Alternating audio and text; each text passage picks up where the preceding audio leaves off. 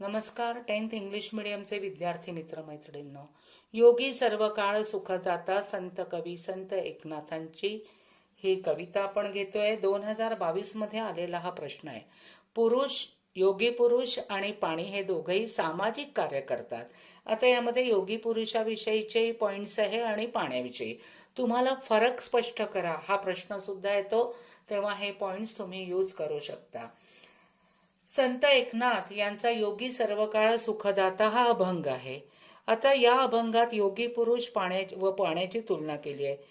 हे दोघेही सामाजिक कार्य कसे करतात हा विचारही या अभंगात मांडलाय. म्हणजे आपण क्वेश्चन मधलंच इथे इंट्रोडक्शनला घेतलंय. आता जीवन म्हणजे पाणी. पाण्याशिवाय कोणीही जगू शकत नाही. सर्व जीव मात्रांची तहान पाणी भागवते. पाण्यामुळे सर्व जीवसृष्टी आनंदी होते. तर वसुंधरा म्हणजे जमीन, पृथ्वी, धरा, वसुंधरा प्रसन्न होते. पाणी प्यायल्यावर कोरडा पडलेला घसाही सुकावतो. म्हणजे एक प्रकारे पाण्याचे हे समाजकार्यच आहे.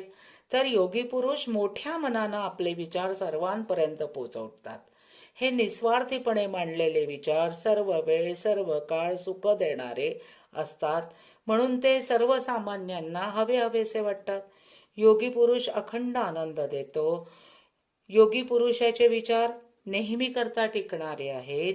या विचारांचा गोडवा सर्व इंद्रियांना समाधान बहाल करत असतो, शांतता बहाल करत असतो. म्हणजे योगी पुरुषाच्या कीर्तनाने लोकांच्या मनातल्या विचारांचा गोंधळ दूर होत असतो, काहूर दूर होत असतं. म्हणजेच योगी पुरुष आत्मज्ञानाने सर्व लोकांचा उद्धार करतात.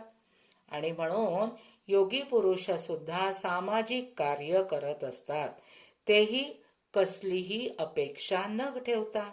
यावरून समन्वयशीलता, सहज सुलभ भाषा आणि सामान्याच्या विषयीची तळमळ संत कवींच्या काव्यात दिसून येते.